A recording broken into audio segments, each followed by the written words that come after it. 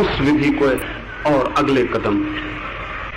एक, शरीर बिल्कुल सीधा हो, स्ट्रेट। जमीन से 90 का कोण बनाए। वो जो आपकी रीढ़ है वो जमीन से 90 का कोण बनाए तो सिर सीध में आ जाएगा। और जब आपकी बैकबोन, आपकी रीढ़ जमीन से 90 का कोण बनाती है और बिल्कुल स्ट्रेट होती है तो आप करीब करीब पृथ्वी के गुरुत्वाकर्षण के बाहर हो जाते हैं, करीब करीब, अप्रोक्सीमेटली। और पृथ्वी के गुरुत्वाकर्षण के बाहर हो जाना ऊर्ध्वगमन के लिए मार्ग बन जाता है। एक। दूसरी बात, दृष्टि नासाग्र हो, पलक झुक जाएगी अगर नासाग्र दृष्टि करनी है। नाक का अग्रभाग देखना है तो पूरी आंख खोले रखने की जरूरत न रह जाएगी, आंख झुक जाएगी।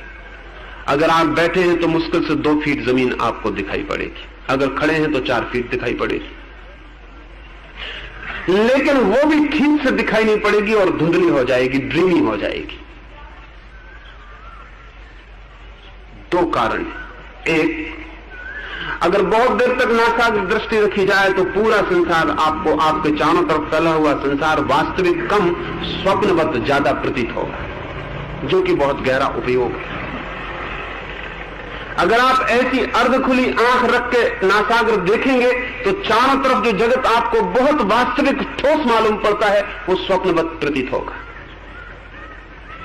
इस जगत के ठोसवत प्रतीत होने में आपके देखने का ढंग ही कारण है। इसलिए जैसे ध्यान में जाना है उसे जगत वास्तविक न मालूम पड़े तो अंतर यात्रा आसान होगी, जगत धुंधला और ड्रीमलैंड मालूम पड़ने लगे।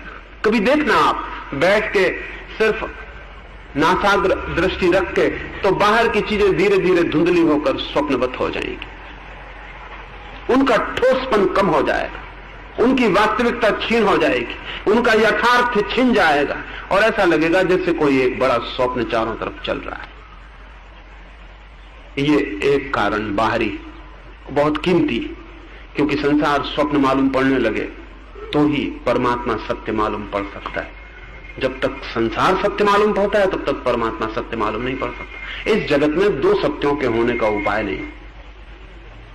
इसमें एक तरफ से सत्य टूटे तो दूसरी तरफ सत्य का बोध होगा। आपसे आंख बंद कर लेने को कहा जा सकता था, लेकिन आंख बंद कर लेने से संसार स्वप्नवत मालूम नहीं पड़ेगा, बल्कि डर यह है कि आंख बंद हो जाए तो आप भीतर सपने देखने लगेंगे जो कि सत्य मालूम पड़े। अगर आंख पूरी बंद है तो डर यह है कि आप रिवरी में चले जाएंगे, आप दिवा स्वप्न में चले जाएंगे। पश्चिम में एक विचारक है रान हुबार्ट, तो वो ध्यान को भूल से दिवा स्वप्न से एक समझ बैठा है, आंख बंद करके स्वप्न में खो जाने को ध्यान समझ बैठा। जान के भारत में आंख न तो पूरी खुली रहे, क्योंकि पूरी खुली रही तो बाहर की दुनिया बहुत यथार्थ है, न पूरी बंद हो जाए, नहीं तो भीतर के सपनों की दुनिया बहुत यथार्थ हो जाएगी। दोनों के बीच में छोड़ देना है, वो भी एक संतुलन है, वो भी एक समता है, वो भी 2 द्वंद्वों के बीच में एक ठहराव, न खुली पूरी न बंद पूरी, अर्ध खुली, नीम खुली, आधी खुली। वो जो आधी खुली आंख है उसका बड़ा राज है। भीतर आधी खुली आंख से सपने पैदा करना मुश्किल है और बाहर की दुनिया को यथार्थ मानना मुश्किल है। जैसे कोई अपने मकान की दहलीज पे खड़ा हो गया, ना अभी भीतर गया ना अभी बाहर गया, बीच में ठहर गया। और जब आंख नासाग्र होती है, जब दृष्टि नासाग्र होती है, तो आपको एक और अद्भुत अनुभव होगा जो उसका दूसरा हिस्सा है। जब दृष्टि नासाग्र होगी तो आपको आज्ञा चक्र पर जोर पड़ता हुआ मालूम पड़ेगा। दोनों आंखों के मध्य बिंदु पर एम्फेटिकली आपको जोर पड़ता हुआ मालूम पड़ेगा। जब आंख आधी खुली होगी और आप नासाग्र देख रहे होंगे तो नासाग्र तो आप देखेंगे, लेकिन नासांत पर जोर पड़ेगा। देखेंगे नाक के अग्रभाग को और नाक के अंतिम भाग, पीछे के भाग पर जोर पड़ना शुरू होगा। वो जोर बड़े कीमत का है, क्योंकि वही वो बिंदु है, वो द्वार है जो खुले तो ऊर्ध्वगमन शुरू होता है। आज्ञा चक्र के नीचे संसार है, अगर हम चक्रों की भाषा में समझे। आज्ञा चक्र के ऊपर परमात्मा है, आज्ञा चक्र के नीचे संसार है। अगर हम चक्रों से विभाजन करें तो आज्ञा चक्र के नीचे आंखों के बिंदुओं के, दोनों आंखों के मध्य बिंदु के नीचे जो शरीर की दुनिया है वो संसार से जुड़ी, और आज्ञा चक्र के ऊपर का जो मस्तिष्क का भाग है वो परमात्मा से जुड़ा है। उस पर जोर पड़ने से, वो जोर पड़ना एक तरह की चाबी है जिससे बंद द्वार खोलने के लिए चेष्टा की जा रही है। वो सीक्रेट लॉक है, कहें कि उसको खोलने की कुंजी ये है। जैसे कि आपने कोई ताले देखे होंगे जिनकी चाबी नहीं होती, नंबर होते हैं। नंबर का एक खास जोड़ बिठा दे तो ताला खुल जाएगा, नंबर का खास जोड़ न बिठा पाए तो ताला नहीं खुलेगा। ये जो आज्ञा चक्र है, इसके खोलने की एक सीक्रेट की है, एक गुप्त कुंजी। और वो गुप्त कुंजी ये है कि जो शक्ति, जो विद्युत हमारी आंखों से बाहर जाती है, उसी विद्युत को एक विशेष कोण पर रोक देने से उस विद्युत का पिछला हिस्सा आज्ञा चक्र पर चोट करने लगता है। वो चोट उस दरवाजे को धीरे धीरे खोल देती। वो दरवाजा खुल जाए तो आप एक दूसरी दुनिया में, ठीक दूसरी दुनिया में छलांग लगा जाते हैं, नीचे की दुनिया बंद हो गई। इसमें तीसरी बात कृष्ण ने कही है, ब्रह्मचर्य व्रत में ठहरा हुआ। ध्यान के इस क्षण में जब आधी आंख खुली हो, नासाग्र हो दृष्टि, और आज्ञा चक्र पर चोट पड़ रही हो, अगर आपके चित्त में जरा भी काम वासना का विचार आ गया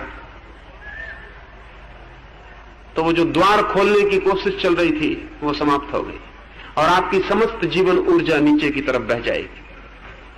क्योंकि जीवन ऊर्जा उसी केंद्र की तरफ बहती है जिसका स्मरण आ जाता है। कभी आपने सोचा कि जैसे काम वासना का विचार आता है, जन्नेंद्रिय के पास का केंद्र फौरन सक्रिय हो जाता है। विचार तो खोपड़ी में चलता है, लेकिन केंद्र जन्नेंद्रिय के पास, सेक्स सेंटर के पास सक्रिय हो जाता है। बल्कि कई दफे तो ऐसा होता है कि आपको भीतर काम वासना का विचार चल रहा है, इसका पता ही तब चलता है जब सेक्स सेंटर सक्रिय हो जाता है। वो पीछे धीरे धीरे सरकता रहता, लेकिन विचार तो मस्तिष्क में चलता है और केंद्र बहुत दूर है, वो सक्रिय हो जाता है। उसकी भी कुंजी है वही। अगर विचार काम वासना का चलेगा तो आपकी जीवन ऊर्जा काम वासना के केंद्र की तरफ प्रवाहित हो जाएगी। ध्यान के क्षण में अगर काम वासना का विचार चला, ऊपर तो यात्रा कम करेंगे, बल्कि इतनी नीचे की यात्रा कर जाएंगे जितनी आपने कभी भी न की होगी। इसलिए सचेत किया है। साधारणता भी आप काम वासना में इतने नीचे नहीं जा सकते जितना आधी आंख खुली हो, नासाग्र हो दृष्टि, और उस वक्त अगर काम विचार चल जाए तो आप इतनी तीव्रता से काम वासना में गिरेंगे जिसका हिसाब नहीं। इसलिए बहुत लोगों को ध्यान की प्रक्रिया शुरू करने पर काम वासना के बढ़ने का अनुभव होता है।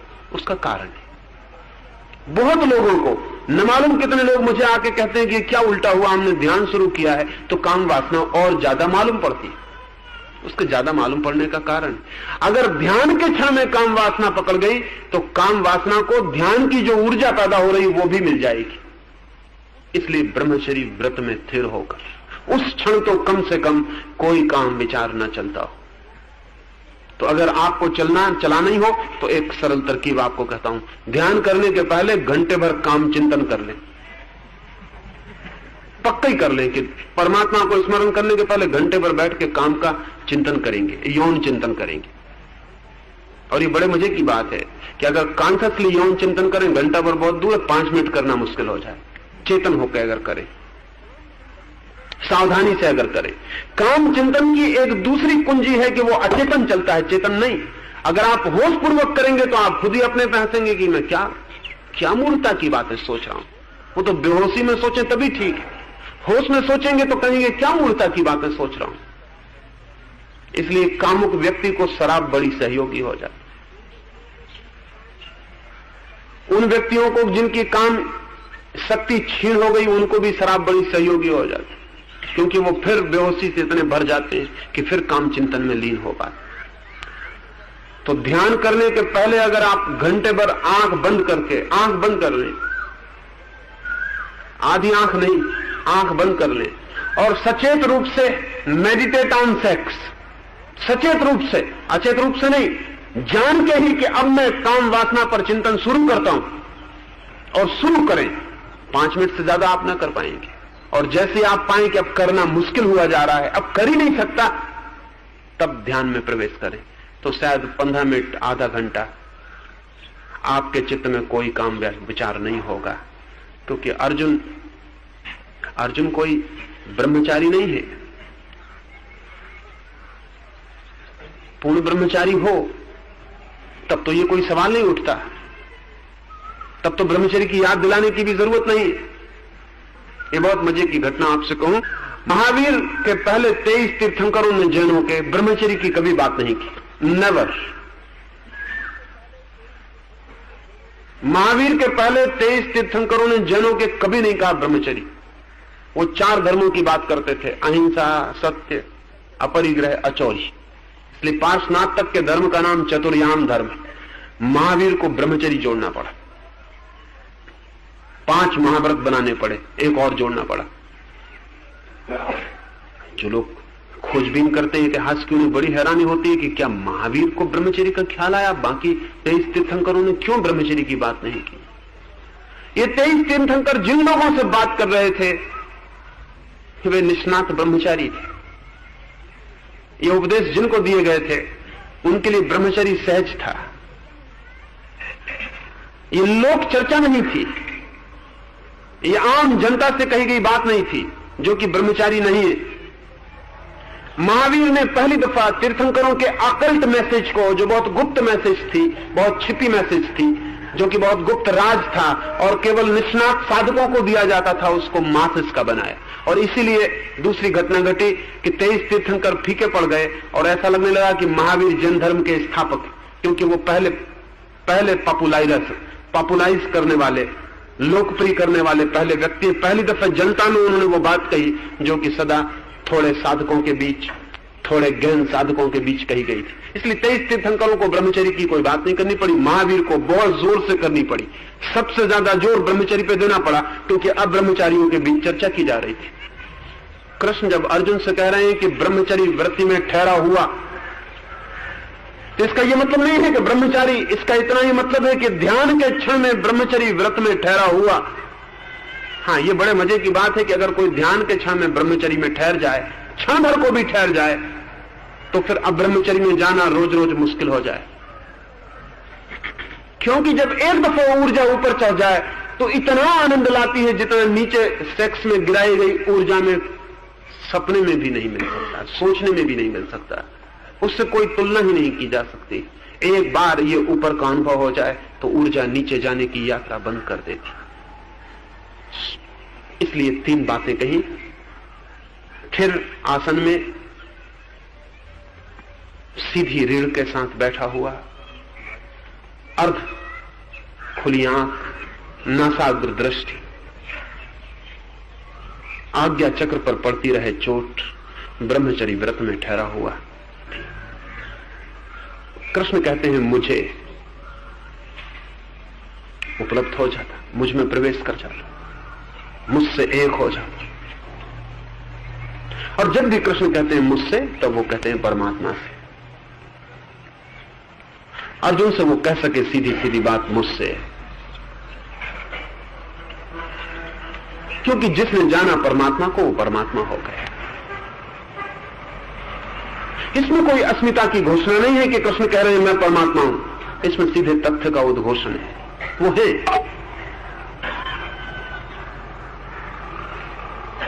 ही। और जो लेता परमात्मा को, वो परमात्मा ही है। वो कहने का हकदार है कि कहे कि मुझ में, लेकिन वहां मैं जैसी कोई चीज बची नहीं, तभी वो हकदार है। जिसका मैं समाप्त हुआ वो कह सकता है मैं परमात्मा हूं। तो कृष्ण कहते हैं वो मुझे जान लेता। और शेष बात हम रात करेंगे।